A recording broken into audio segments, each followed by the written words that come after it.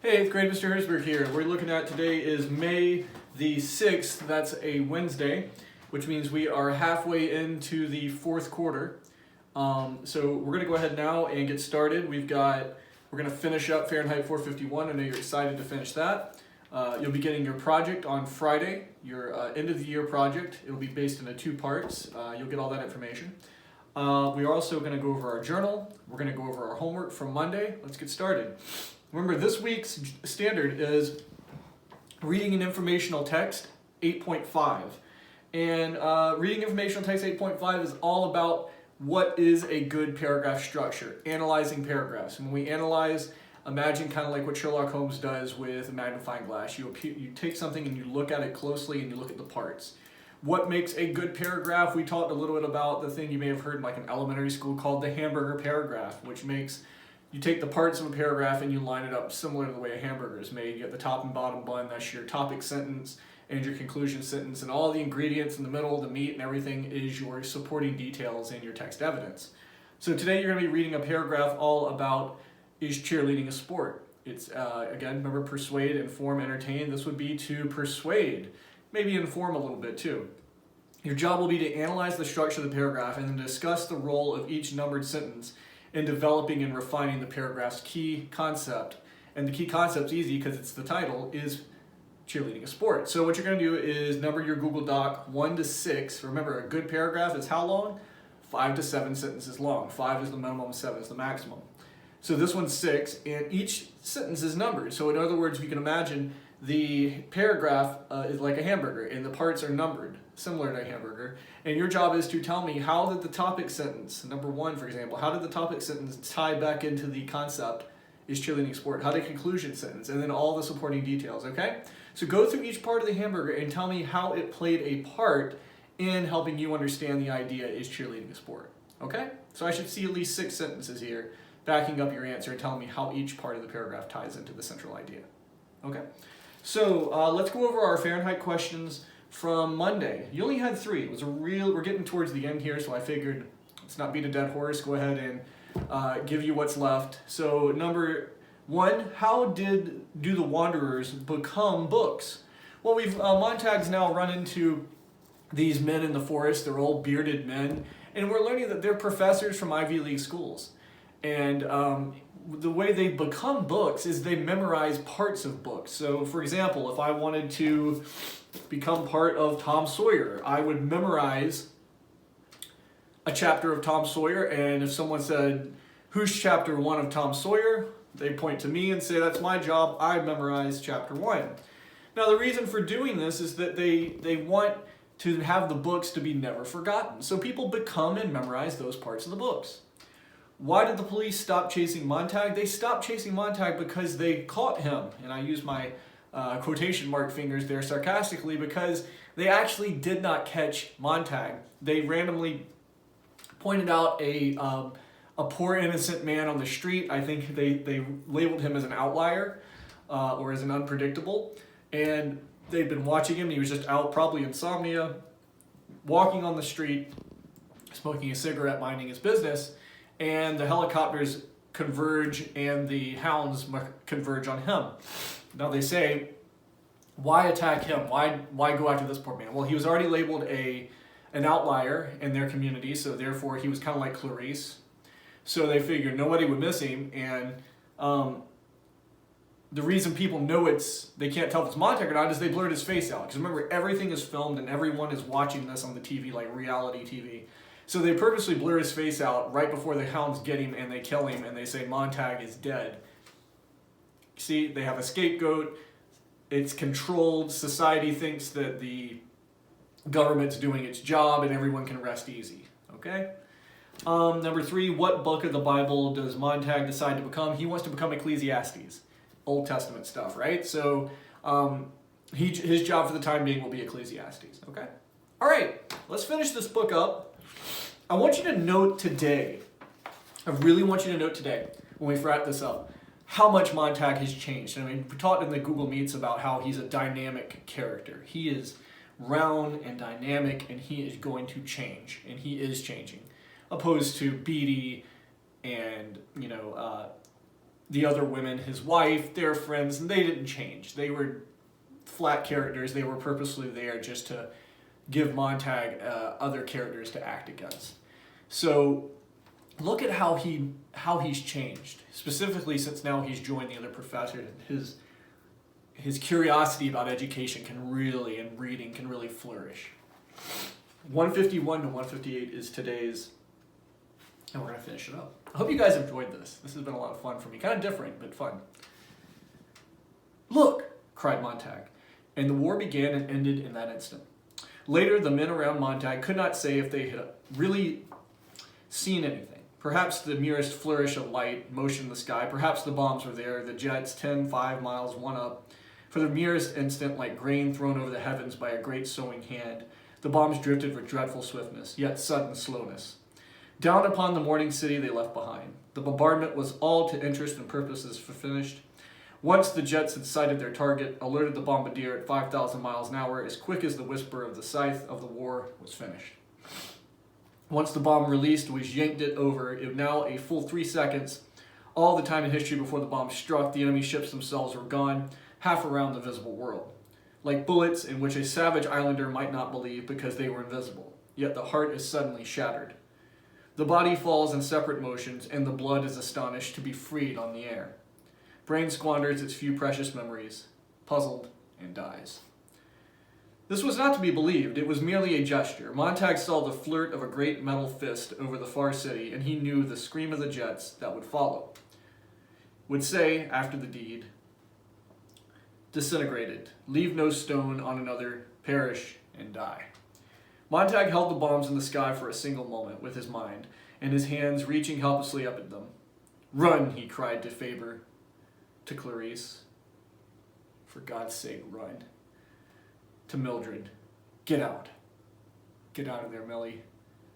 But Clarice, he remembered, she was already dead. And Faber was, hopefully, out of the city, in the deep valleys of the country. Somewhere, the 5 a.m. bus was on its way from one destination to another. Though the desolation had not yet arrived, was still in the air, it was certain a man could make it. Before the bus had another 50 yards on the highway, its destination would be meaningless, and its point of departure changed from metropolis to junkyard. And Mildred, "Get out. Run." He saw her in her hotel room somewhere now, in the half second remaining with the bombs a yard, a foot, an inch from her building. He saw her leaning toward the great shimmering walls of color and motion where the family talked and talked and talked to her, and where the family prated and chatted and said her name and smiled at her and said nothing of the bomb that was an inch, now half an inch, now a quarter inch from the top of her hotel. Leaning into the wall as if the hunger looking would find the secret of her sleepless unease there. Mildred leaning anxiously and nervously as if to plunge, drop, and fall into that swarming immensity of color, or to drown its bright happiness. The first bomb struck. Poor Mildred. Perhaps, who would ever know, perhaps the great broadcasting stations with their beams of color and light and talk and chatter went first into the oblivion. Montag fell flat. He went down, saw or felt or imagined or saw or felt the walls go dark in Millie's face. Heard her scream, because in the millionth part of the time left, she saw in her own face reflected there in a mirror instead of a crystal ball, and it was such a wildly empty face. All by itself in the room, touching nothing, starving and eating of itself, that at last she recognized it as her own and looked quickly up the ceiling at it. And the entire structure of the hotel she was in blasted down upon her, carrying her with 1,000,000 pounds of brick, metal, plaster, wood, to meet other people in the hives below. All of their quick way down to the cellar where the explosion rid itself of them in its own unreasonable way. I remember. Montag clung to the earth. I remember. Chicago. Chicago a long time ago. Millie and I, well, that's where we met. I remember now. Chicago. That was such a long time ago. The concussion knocked the air across and down the river, turned the men over like dominoes in a line, blew the water in lifting sprays, and blew the dust, and made the trees above them mourn with a great wind passing away south.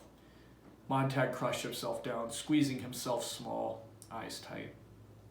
He blinked once, and in an instant saw the city instead of the bombs in the air. They displaced each other. For another of those impossible instances, the city stood rebuilt and unrecognizable, taller than it had ever hoped or strived to be, taller than the man had built it, erected at last in gouts of shattered concrete and sparkles of torn metal into a mural hung like a reversed avalanche. Millions of colors and oddities, a door where a window should be, a top for a bottom, a side for a back, and then the city rolled over and fell down dead. The sound of its death then came after. Montag lay there, eyes grit shut with dust, a fine wet cement of dust in his now shut mouth, gasping and crying now. He thought again, I remember something else. What was it? Yes, that's right. Part of Ecclesiastes and part of Revelation. Part of that book. Part of it. Quick now. Quick before it gets away. Before the shock wears off. Before the wind dies. The book of Ecclesiastes. Here it is. He said to itself over, silently, lying flat to a trembling earth. He said the words of it many times, and then they were perfect. Without trying, then there was no Denham's dentrifice anywhere. It was just the preacher, by himself, standing there in his mind, looking at him.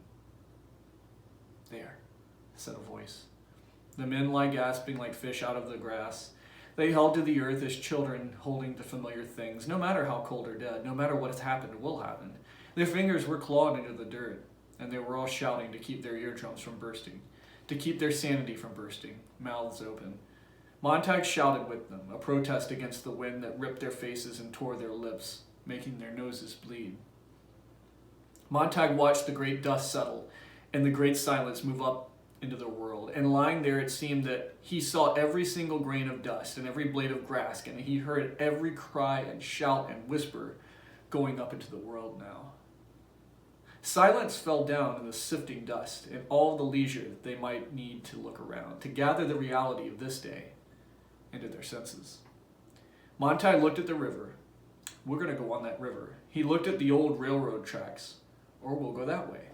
Or we'll walk on the highway now. And we'll have the time to put things into ourselves. And someday, after it's set in us a long time, it'll come out of our hands and mouths.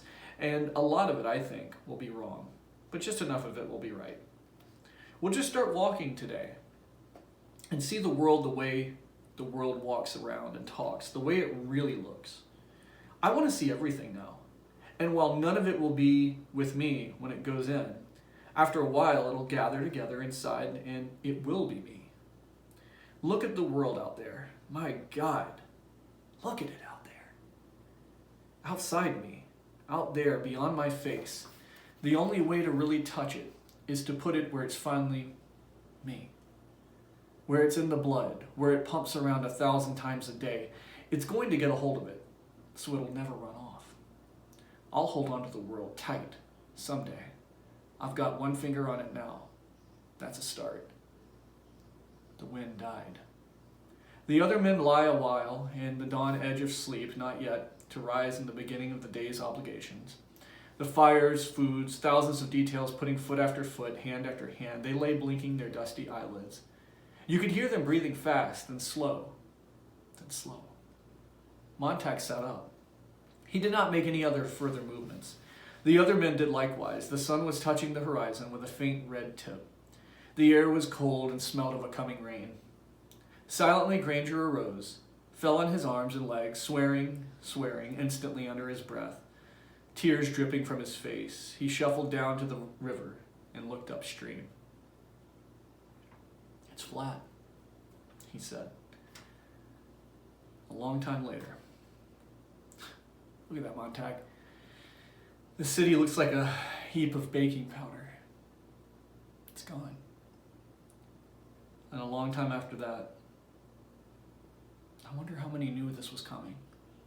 I wonder how many were even surprised. And across the world, Montag thought, how other many other cities were dead. And here in our country, how many? 100? 1,000? Someone struck a match and touched it to a piece of dry paper taken from their pocket, and showed this under a bit of grass and leaves, and after a while added tiny twigs with which they were wet and sputtered, but finally caught, and the find grew larger in the early morning. And as the sun came up, and the men slowly turned from looking up river, and were drawn to fire awkwardly, with nothing to say, the sun colored the back of their necks as they all bent down. Granger unfolded an oilskin with some bacon on it. Why don't we have a bite? Then we'll turn around and walk back upstream. They'll be needing us up this way. Someone produced a small frying pan and the bacon went into it. The frying pan was set on fire, and after a moment the bacon fluttered and danced in the pan and filled the morning air with breakfast. The men watched this ritual silently. Granger looked into the fire. Phoenix. What? There was a silly damn bird called a phoenix back before Christ. Every few hundred years he built a pyre and would burn himself up. He must have been first cousin to man, because every time he burned himself up, he sprang back up out of the ashes, got himself born all over again. And it looks like we're doing the same thing. Over and over. We've got one damn thing that Phoenix never had. We know the damn silly thing we just did. We know all the damn silly things we've done for 1,000 years. And as long as we know that, we'll always have it around where we can see it. Someday, we'll stop making the goddamn funeral pyres and jumping in the middle of them. We're going to pick ourselves up, a few more people that remember every generation. He took hold of the pan and let the bacon cool, and then ate it slowly and thoughtfully. All right, everyone, let's get back upstream. Hold on to one thought. You're not important. You're not anything. Someday the load we're carrying with us may help someone. But even when we have the books on hand, a long time ago we didn't use what we got out of them. We went right on insulting the dead. We went right on spitting in the graves of all the poor ones who died before us. We're going to meet a lot of lonely people in the next week, in the next month, in the next year. And when they ask us what we're doing, all you can say is, we're remembering. That's where we'll win out in the long run. Someday we'll remember so much that we'll build the biggest goddamn steam shovel in history and dig the biggest grave of all time, and we'll shove war in that grave and cover it up. Come on now. We're going to build a mirror factory first and put out nothing but mirrors for the next year, and we're going to take long looks into them. They finished eating and put out the fire. The day was brightening all about them as if a pink lamp had been given more wick. In the trees, the birds flew away quickly now and came back and settled down. Montag began walking after a moment and found that the others had fallen in behind him, going north. He was surprised and moved aside to let Granger pass, but Granger looked at him and nodded him on.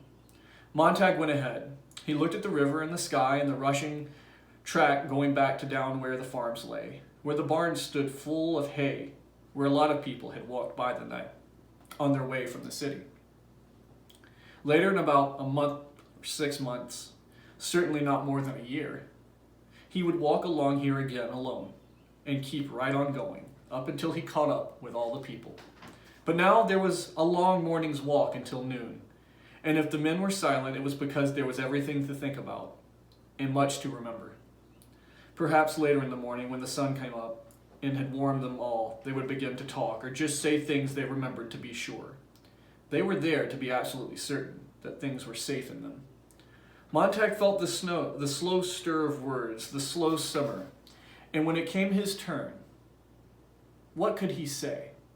What could he offer on a day like this to make the trip a little easier? To everything there is a season. Yes, a time to break down and a time to build up. A time to keep silence and a time to speak. Yes, all of that. But what else? What else? Something. Something. And on either side of the river there was a tree of life, which bare 12 manner of fruits, and yielded but fruit every month. And the leaves of the tree were for the healing of the nations. Yes, thought Montag, that's the one I'll save for noon. For noon, when we reach the city. All right, that's the end of the book. So I want you to stop here and think for a minute. Just the timing, how it worked out right. Bradbury wrote that Montag get to the woods, get safe, and meet up with these other men right when the nuclear bomb hits and destroys the rest of the city, perhaps the rest of the world. We don't know. A massive world war broke out, and whatever happened, a nuke was set off just outside of Montag's town. So Montag's one job at this point now became that much more important, because now his job, he was the only one in the world that remembered Ecclesiastes. These other men that are with him are the only ones that remember their books. And now they're making it their job to go into the city, find whatever's left over, the people that need help the most, bring them into their group, and tell them about books, and tell them about education and remembering. And I love the metaphor that Granger gave of the phoenix. He said he remembered before the time of Christ there was a bird called a phoenix that would burn itself up in its own fire, kill itself, and then rise back out of the ashes. And he used the metaphor describing man being just like that phoenix. Kill themselves and then rise back up out of the dust. But he said the one difference between man and the phoenix is man knew exactly what he was doing and why he was doing it, and had the power to stop but couldn't. And he said it's going to be their job to remember so this doesn't happen again. And I love that other part where he said he wants to bury war, dig the biggest grave they can, put the idea of war into it, and bury it. Because it's the one thing, he's right, it's the one thing we keep burning ourselves up with, is war. It's the one thing that keeps coming back. And when Bradbury wrote this, he was very, very paranoid about the Cold War. And if you ever read There Will Come Soft Rains, which was another great short story, it was also that kind of an idea. I hope you guys enjoyed this book. Friday, I will put out the project. It's going to be 2 projects. It's going to be a creative project and then an essay-based project. You'll have 10 different choices, 5 for each category, in a week for each section. And I've got the rubric and everything attached. So check out the questions. I'll be on Google Meets today from 2 to 2:30 if you have any questions. I'll talk to you guys soon.